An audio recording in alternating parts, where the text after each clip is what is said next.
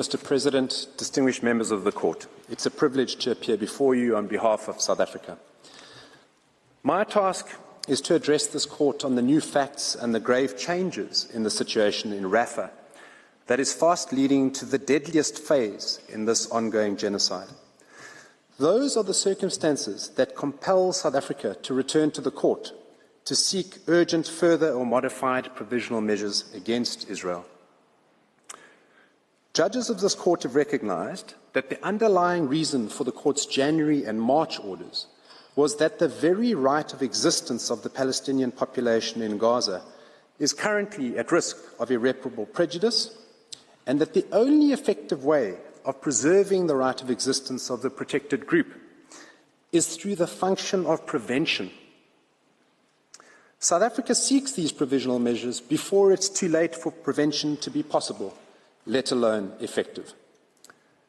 This Court noted that the situation in Rafah was already perilous in its decision of 16 February. And instead of complying with this Court's decisions of January, February and March, Israel has defied this Court by trapping, besieging and bombarding an overcrowded Rafah, exacerbating the security and the safety of 1.5 million highly vulnerable Palestinians. Mr. President, no one in Gaza is safe because, as the United Nations has repeatedly made clear, nowhere in Gaza is safe. Palestinians were instructed by Israeli evacuation orders to move south to Rafah and seek refuge there from the bombardment in the north. Yet for months, the expanding population scrambling for refuge in Rafah has been explicitly told by Israel that they are not safe, and that Israel does not intend for them to be safe. The international community has witnessed Israeli soldiers preparing for the ground invasion of Rafah, filming themselves, chanting, "Tear down Rafah." And Israel's intention is typified by statements such as that of Israel's Minister of Finance, Mr. Smotrich, a member of the Security Cabinet, who has explained, and I quote, "There are no half measures. Rafah, Deir al-Balah, Nusayrat, total annihilation. You shall blot out the remembrance of Amalek from under heaven. There's no place under heaven." Close quote. Mr. Nukatobi will deal in careful detail with intention that is so clearly evident in such statements and by Israel's conduct. Now, Israel has resolutely resisted all international efforts to persuade and cajole it from eventually attacking Rafah. As we contemplate the horror of recent events and the significance of Rafah for Israel's ongoing assault, the reminders, regrettably, of Srebrenica come into view. Rafah's prominence in the eyes of both the Palestinians in Gaza and the international community lies in it being the most visible of the safe areas in Gaza, which has received significant attention in the international media.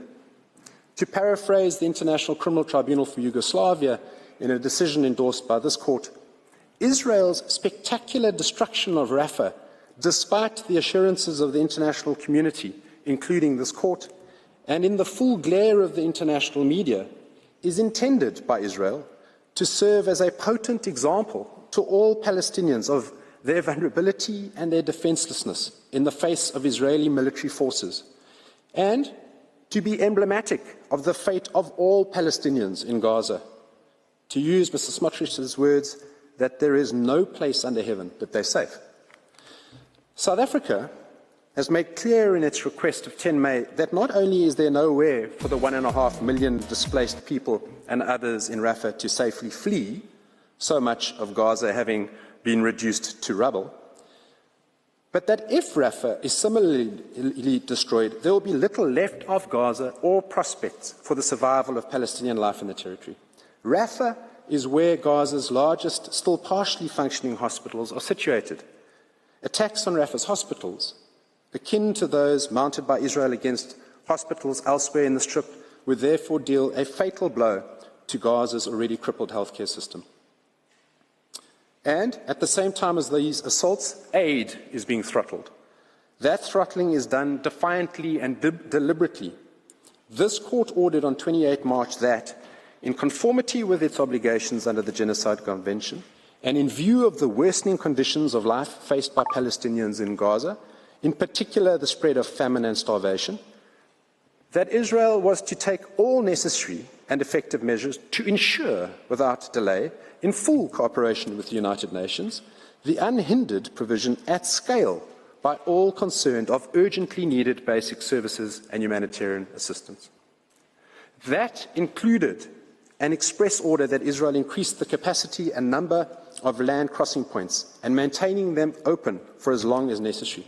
And Israel was also ordered to ensure, with immediate effect, that its military does not prevent through any action the delivery of urgently needed humanitarian assistance. Why was that order so critical?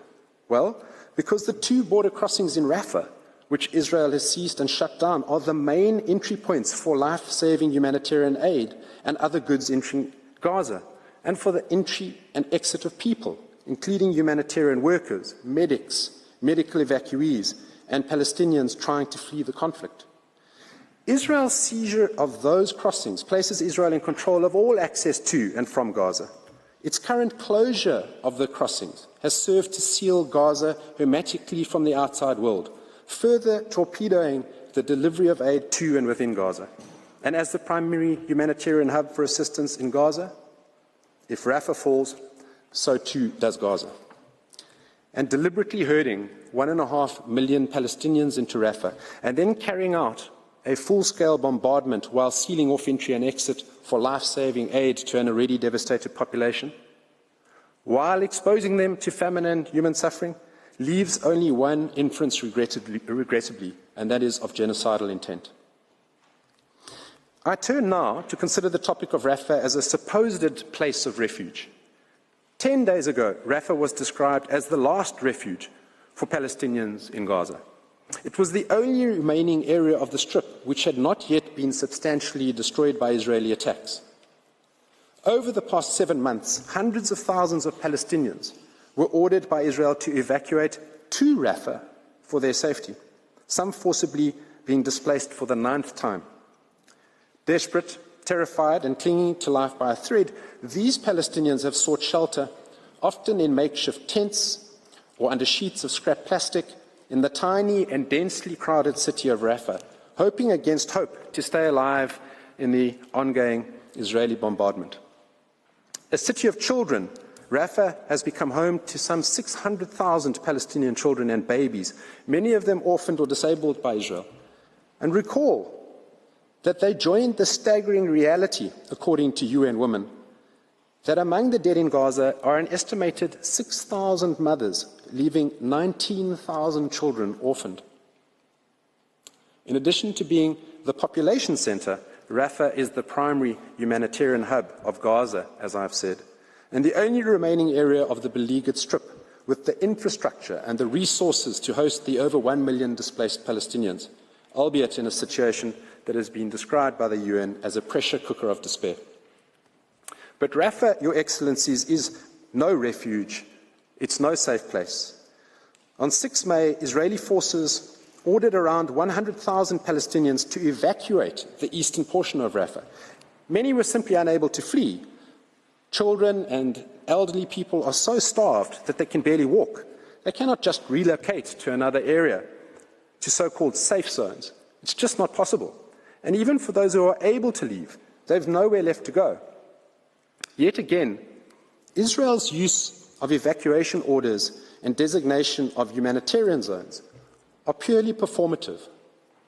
They endanger rather than protect civilian life. So-called humanitarian zones are not safe.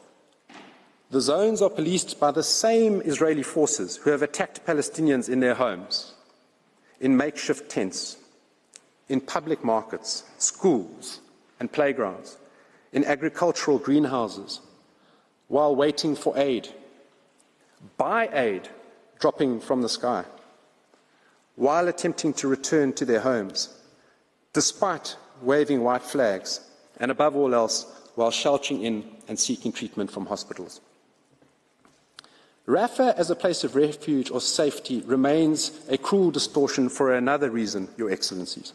For months, Israel threatened to invade Rafah, leading the UN Secretary-General to warn that an assault on Rafah would be a political calamity and a humanitarian nightmare, which was also, of course, highlighted by this court in its decision of 16 February. We are before this court urgently because Palestinians are now having to live out that nightmare. On 7 May, just 15 hours after the evacuation orders were issued, Israel commenced a severe and sustained military assault on Rafah, which is ongoing, and it has intensified in the intervening period until today, killing and injuring Palestinians and destroying their makeshift homes and the remaining infrastructure necessary to sustain life in Gaza, including all aid and medical infrastructure in its path. Israel deliberately attacked the very shelters to which it directed Palestinians to flee.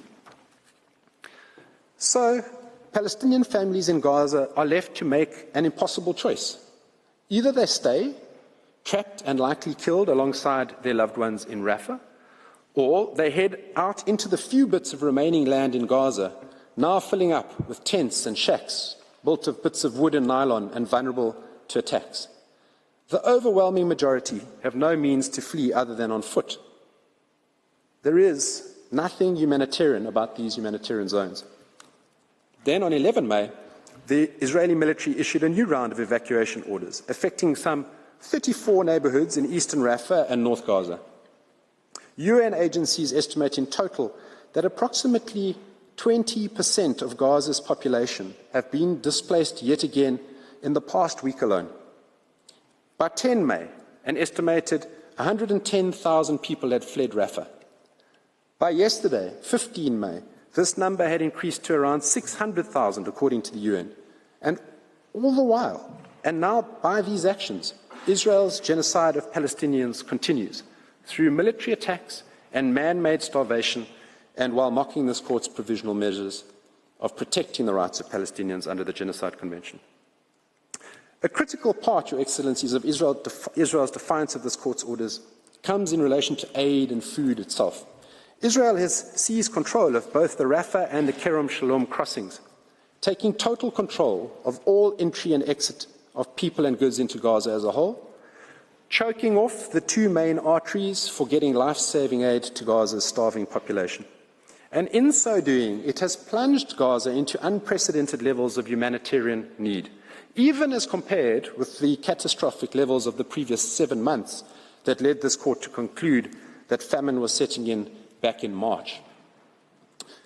The closure of the crossings means that Palestinians starving in a full-blown man-made famine are now further deprived of food, where Israel's attacks have systematically decimated food production systems throughout Gaza. It means that fuel cannot get in to run incubators and life-saving machinery in hospitals, water pumps and wells. It means that people, including the chronically sick and injured, cannot get out of Gaza, and vital aid cannot get into Gaza. And this poses an overwhelmingly grave threat, not only to the Palestinian people, but also to United Nations personnel and aid workers trying to bring some desperately needed relief. Despite Israel's announcements that it would open Kerem Shalom on 8 May, on 10 May, the UN reported that no supplies were passing through any crossings in southern Gaza.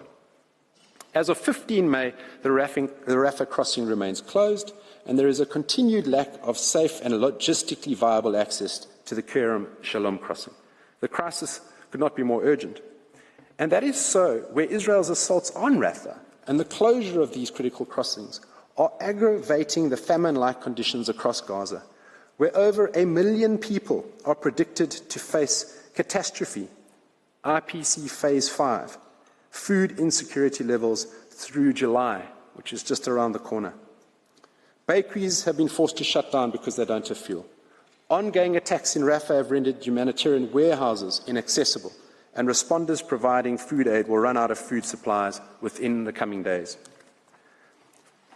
In addition to killing and harming Palestinians, the Israeli assault on Rafah has deliberately inflicted on them conditions of life calculated to bring about their physical and biological destruction. This is starkly illustrated through Israel's destruction of Rafah's hospitals. Due to the ongoing hostilities in its vicinity and the military operation in Rafah, the Al-Najjar Hospital, the main medical facility in the entire Rafah Governorate and one of Gaza's largest remaining partially functioning hospitals is no longer functional. It was a lifeline for 200 dialysis patients per day whom the World Health Organization previously warned would die if the hospital were to shut down. Fears for the Al Emirati hospital are also particularly acute. This is one of the last partially functioning maternity hospitals in the whole of Gaza, which was until recently handling almost half of Gaza's daily total of 180 births. It has already been forced to stop admitting patients, and medics warn that without a doubt, every single one of the 45 babies in the neonatal intensive care unit and the special intensive care unit will die if the hospital is occupied. And then on 13 May, medical staff at the Kuwaiti hospital in Rafah received an evacuation order from Israeli forces.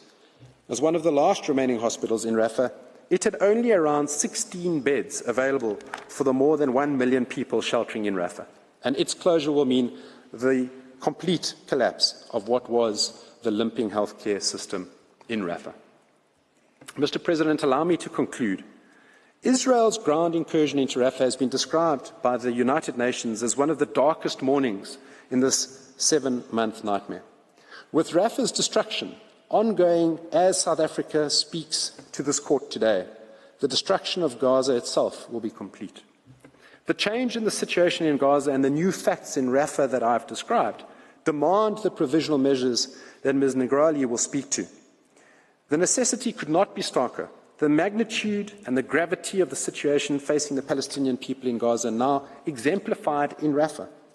South Africa has thus been motivated to come urgently to this court to prevent the destruction of the final Palestinian governorate of Gaza, with its homes, its hospitals, its schools, its libraries, its businesses, shelters, its mosques, to which Israel has not yet laid complete waste.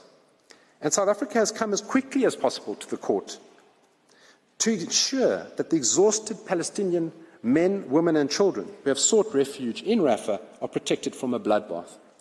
And it has sought urgent protective relief because of the now pressing need to ensure the survival of the Palestinian people in Gaza as a group and their protection from further harm, starvation, disease and death by Israel's closure of the Rafah and Kerem Shalom crossings, fatally impacting the so desperately needed delivery of life-saving humanitarian aid, basic services and medical assistance across Gaza.